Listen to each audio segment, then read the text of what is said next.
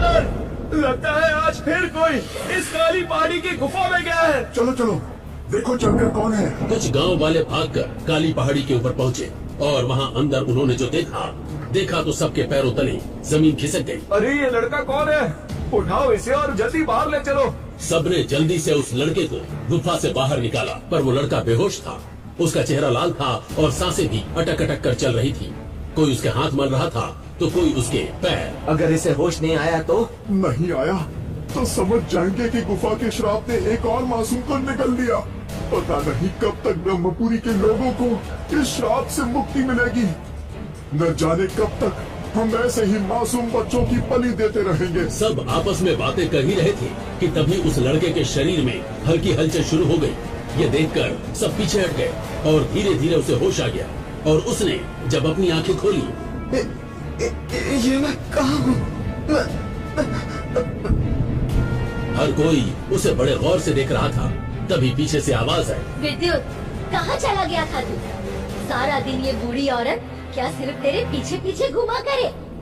तुझे तो अपनी दादी की थोड़ी भी फिक्र नहीं है। जब जहाँ मन आता है मुंह उठा के चल देता है। आज तू घर चल, आज तुझे अच्छा सबक सिखाऊंगी। और इतना कहकर दादी विद्युत का हाथ पकड़कर घसीटते हुए वहाँ से लेकर चली गई। आसपास खड़े लोग ये सब होते हुए देख रहे थे। बड़ी अजीब औरत थी।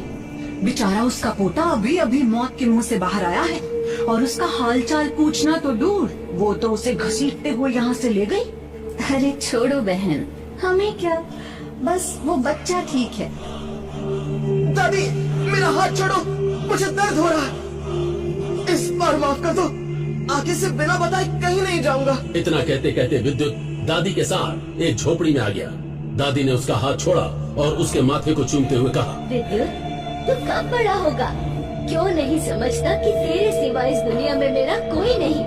अगर तुझे कुछ हो गया तो बता मुझे, क्या करने गया था तू उस शापित गुफा में? वो तो भला हो उन लोगों का जिन्होंने वक्त पर पहुंचकर तुझे बचा लिया। पर दादी देख, पर मुझे कुछ नहीं पता, पर तू आज मेरे सर की कसम खा कि आज के बाद तू उस गुफा के आसपास भी नहीं जाएगा। दादी मैं आपकी हर बात मान लूंगा, पर मुझे आप पहले ये तो बता कि उस गुफा में ऐसा क्या है जो सारा गांव वहाँ जाने से डरता है? जुबान तो बिल्कुल माँ पर गई है। देखो कैसे कैंची की तरह चल रही है। इतना कहकर दादी तो वहाँ से चली गई, पर विद्युत के मन में अब अनगिनत सवाल थे जिसका जवाब सिर्फ उस गुफा में था। आखिर क्या था उस गुफा में ऐसा, और अगर उसके अंदर जाने के बाद कोई जिंदा वापस नहीं आता तो विद्युत कैसे आ गया? आखिर क्या राज है इन सब के पीछे? जानने के लिए चलते हैं इस कहानी में आगे। अरे देखो, अब घोड़ों की रेस में गधे भी दौड़ने आए हैं। अंदर किसने आने दिया इसे? इसके पास तो कपड़े भी नहीं हैं। यहाँ हमारे बीच आकर इसने हमारा ही अपमान किया है। बहुत बोल लिया आपने राजकुमारी। मेरे पास आप जैसे अच्छे कपड़े भले ही ना हो, पर हौसला और इस मुकाबले को जीतने का जज्बा पूरा है। बस बस, अब ये प्रवचन अपनी उस गुफा में जाकर देना। वो रहा दरवाजा, जिन पैरों से आए थे उनसे ही वापस हो जाओ, इससे पहले कि मेरा दिमाग खराब हो। क्या राजघरानों में इतने भी संस्कार नहीं दिए जाते कि तमीज से बात कैसे करते हैं? आपको वो भी नहीं पता? कोई बात नहीं राजकुमारी ऐश्वर्या, आप मेरे साथ चलो। मेरी दादी आपको बहुत अच्छे संस्कार भी सिखा देंगी और कैसे बात करते हैं वो भी सिखा देंगी। विद्युत की इस बात पर ऐश्वर्या पूरी तरीके से चिढ़ गई थी और उसके आसपास के लोग भी विद्युत की इस बात को सुनकर हंसने लगे। तभी ऐश्वर्या की आंखों में साफ नजर आ रहा था कि वो कितने गुस्से में है। मैं राजकुमारी ऐश्वर्या आज ये ऐलान करती हूँ कि मैं खुद तुम्हें इस मुकाबले में हराऊंगी, और अगर मैं ऐसा नहीं कर पाई तो मैं अपनी शक्तियाँ, अपना राज्य सब कुछ छोड़कर ब्रह्मपुरी से हमेशा के लिए चली जाऊंगी। ऐश्वर्या के इस ऐलान ने हर किसी को हिलाकर रख दिया था, क्योंकि ऐश्वर्या कोई मामूली हस्ती नहीं थी। वो युद्ध कला में निपुण और बेहद सुंदर और सबसे ताकतवर थी। उसकी तरफ देखने भर के लिए भी लोगों को लाइन लगानी पड़ती थी, पर आज उसके इस ऐलान से हर किसी का चेहरा उतर गया था। पर विद्युत कहाँ रुकने वाला? उसने भी मजाक में कहा, फिर ठीक है, ऐसे मुकाबले करने की अब मुझे आदत हो गई है और मैं डरता भी नहीं। और वैसे भी एक लड़की से मुकाबला करना तो मेरे लिए और आसान होगा। विद्युत की इन बातों में भले ही ऐश्वर्या के लिए कोई नफरत नहीं छिपी थी, लेकिन उसकी बातों से ऐश्वर्या को बहुत बुरा लग रहा था। दरअसल ये जिस मुकाबले की बात हो रही है वो मुकाबला अपनी शक्ति को परखने के लिए ब्रह्मपुरी राज्य की सबसे बड़ी होने वाली प्रतियोगिता थी, जहां जीतने वाला योद्धा बनता था राज्य का रक्षक और उसे उपहार में मिलता था अपने पूर्वजों की रहस्यमय गुफा में जाने का मौका और कई अलौकिक शक्तियाँ। अब गुफाओं से विद्युत का नाता तो बहुत पुराना है, लेकिन अब जिस गुफा की बात यहाँ हो रही है वो कोई आम गुफा नहीं, बल्कि एक ऐसी गुफा थी जहाँ जाने का सपना ब्रह्मपुरी का हर योद्धा देखता है। अब आगे विद्युत गुफा में जा पाएगा या नहीं ये तो वक्त ही बताएगा। राजकुमारी गुस्से में वहाँ से चली गई। थोड़ी देर बाद वो युद्ध स्थल से बाहर आया और बाजार से गुजर रहा था, तब अचानक उसने वो देखा जो आम इंसान कभी नहीं देख सकता था।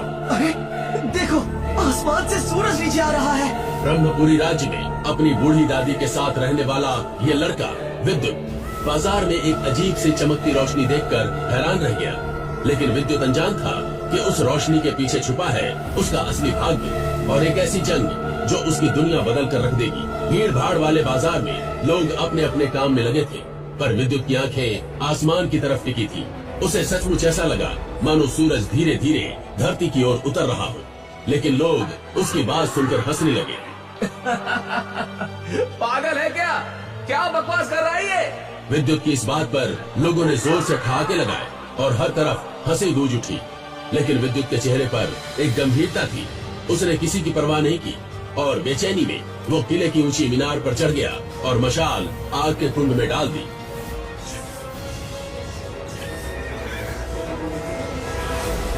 ये देखकर राज्य का रक्षक ऋत्विक वेदा हवा में उड़ते हुए वहां पहुंचा और तभी आसमान में दिखा वो जलता हुआ सूरज जैसा गोला, जो असल में था राज्य का सबसे बूढ़ा और शक्तिशाली योद्धा सिल्वर थामा। ऋत्विक वेदा तुरंत हवा में उड़कर उस जलते गोले को रोकने पहुंचा, जिससे दोनों वीर आमने सामने आ गए। ऋत्विक वेदा ने उसे बचाया और पूछा कि उसके साथ क्या हुआ, तो योद्धा सिल्वर थामा बोला, एक रहस्यमय योद्धा मुझसे मेरा अग्नि ग्रंथ छीनना चाहती थी, पर मैं यह ग्रंथ इसके सच्चे वारिस को ही दूंगा। यही वजह है कि हम दोनों के बीच युद्ध छिड़ गया। तभी अचानक थामा का पीछा करती रहस्यमय योद्धा ने उस पर तीर से वार कर दिया और ग्रंथ थामा के हाथ से फिसलकर नीचे गिर गया और भीड़ में अफरा तफरी मच गई। वेदा ने मौका पाते ही ब्रह्मपुरी राज्य का रक्षा कवच एक्टिवेट कर दिया और थामा को साथ लेकर नीचे उतर आए। कुछ ही देर बाद वो दोनों थामा के ग्रंथ को ढूंढने लगे, लेकिन वो उन्हें कहीं नहीं मिला। इस पर थामा बोला, चिंता मत करो वेदा, अगर कोई आम इंसान इस ग्रंथ को छुएगा तो मुझे तुरंत पता चल जाएगा। इतना कहकर थामा हवा में एक ऊंची छलांग लगाकर आसमान में गायब हो गया। एक रहस्यमय गुफा में धुंधले से उजाले के बीच बैठा था विद्युत थामा के अग्नि शक्ति ग्रंथ के साथ और उसे खोलने की कोशिश कर रहा था, लेकिन डर के मारे उसके हाथ कांप रहे थे और आंखों में ग्रंथ के मिलने की चमक थी। वो अचानक खुशी से बोला, अगर मैंने इसकी सारी शक्ति सीख ली तो युद्ध जीतना मेरे लिए मुश्किल नहीं होगा। शायद राजा मुझे रहस्यमय गुफा में जाने का मौका दे दे और वही क्या पता मुझे मेरे माता पिता के बारे में कुछ पता चल सके। ये सोचते ही उसके चेहरे पर एक बड़ी सी मुस्कान आ गई, लेकिन अगले ही पल विद्युत को थामा का ख्याल आया और उसका दिल घबरा उठा। लेकिन तभी तेज हवा चलने लगी और विद्युत का लॉकेट चमकने लगा।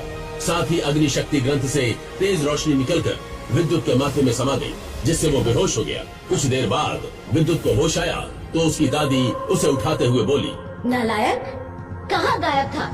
एक बूढ़े आदमी को तू बेहोश पड़ा मिला। वो बाहर तेरा इंतजार कर रहा है, कहता है तुझे जानता है। दादी के ये कहते ही विद्युत ने उठकर तुरंत अपने कपड़े ठीक किए और झोपड़ी से बाहर निकला।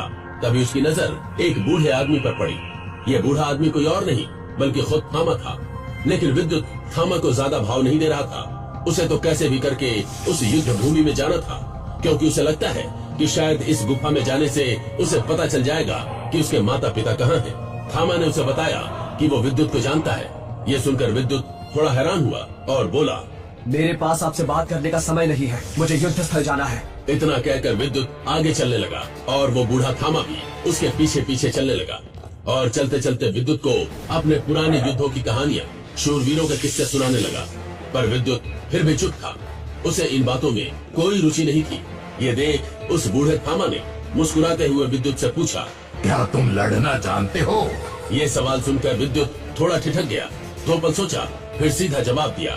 मैं लड़ना नहीं जानता, बस बचाव करना जानता। विद्युत की इस बात पर बूढ़ा थामा ठहाका मारकर हंस पड़ा और बोलने लगा। क्या सिर्फ बचाव करके तुम युद्ध जीत लोगे?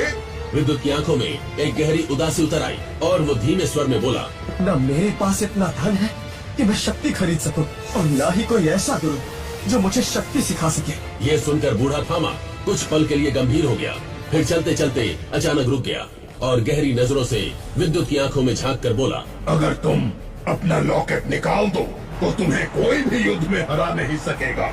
उस बूढ़े थामा की बात सुनकर विद्युत चौंक गया। उसके मन में सैकड़ों सवाल उठने लगे। मेरा लॉकेट, इसमें ऐसी क्या शक्ति है? लेकिन तभी शक्ति महल की ओर से घोषणा शुरू हो गई और नगाड़ों की आवाज गूंजने लगी। युद्ध आरंभ होने वाला है, सभी योद्धा अपने स्थान ग्रहण करें। विद्युत का दिल अब तेजी से धड़कने लगा। क्या आज उसकी किस्मत बदलने वाली थी? शक्ति महल के विशाल द्वार धीरे धीरे खुलते हैं। भीतर युद्ध की भयंकर तैयारी, बाहर हजारों की भीड़ थी। हर कोई सांस रोककर इस दृश्य को देख रहा था और उन्हीं के बीच तेज कदमों से चलता हुआ विद्युत अंदर आया और उसके साथ थे रहस्यमय योद्धा सिल्वर थामा। तैयार रहो विद्युत, ये सिर्फ युद्ध नहीं, तुम्हारी पहचान की पहली परीक्षा है। जैसे ही विद्युत शक्ति महल के भीतर पहुंचा, भीड़ में से तेजस नाम का एक लड़का निकला जो कि राज्य के लीडर विराट का घमंडी बेटा था। वो विद्युत का रास्ता रोकते हुए बोला, जरा देखो तो, ये फटीचर भी आज युद्ध लड़ने आया है। तेजस ने विद्युत को धक्का देते हुए कहा। भीड़ अचानक चुप हो गई। सबकी नजर विद्युत पर टिकी हुई थी। विद्युत ने भी करारा जवाब दिया, कपड़े फटे हैं, हौसले नहीं, संभल कर बात करना सीखो। इस बात से तेजस गुस्से से कांप उठा और फिर दोनों के बीच मुकाबला शुरू हो गया। एक तरफ तेजस ने ताबड़तोड़ हमला करना शुरू कर दिया, वहीं विद्युत ने हर बार चतुराई से बचाव किया। उसे युद्ध की तकनीक नहीं आती थी, लेकिन बचना वो अच्छे से जानता था। फिर अचानक विद्युत ने जमीन पर जोर से पैर पटका, धूल का बवंडर उठा और तेजस कई फीट हवा में उड़कर ढलान से दूर जा गिरा। वाह, क्या बात है, वाह वाह। लेकिन लड़ाई अभी खत्म नहीं हुई थी। तेजस तिलमिला उठा। उसने अपनी पूरी शक्ति से एक विशाल आग से भरा शक्ति गोला विद्युत की ओर फेंका। थामा जोर से चिल्लाया, विद्युत, अभी अपना लॉकेट निकालो। लेकिन विद्युत कुछ समझ पाता उससे पहले ही पूरा इलाका राख में बदल गया। हजारों की चीखें गूंजने लगी, पर चमत्कार ये था, धुएं के बीच एक आकृति अभी भी खड़ी थी। जैसे ही धुआं छटा, भीड़ दंग रह गई। विद्युत अब भी वहीं था, उसकी आंखों में तेज चमक, हाथों में वो जलता हुआ लॉकेट था। वहीं दूर खड़ा वो बूढ़ा थामा अपने मन ही मन में बोला, अगर मैं कहूँ कि ये लॉकेट तुम्हारे असली अतीत से जुड़ा है, तो क्या तुम जानना चाहोगे कि तुम असल में कौन हो? आखिर क्या था उस लॉकेट में और क्या है विद्युत का अतीत? तो असल में कौन है विद्युत और कैसे जानता है थामा उसकी असलियत? क्या नाता है थामा और उसके बीच? और क्या विद्युत तेजस और बाकियों की तरह ही कोई आम योद्धा है या वो कोई और है? क्यों उस दिन गुफा में उसे कुछ नहीं हुआ? और क्या था उस किताब में जिसे पढ़ने विद्युत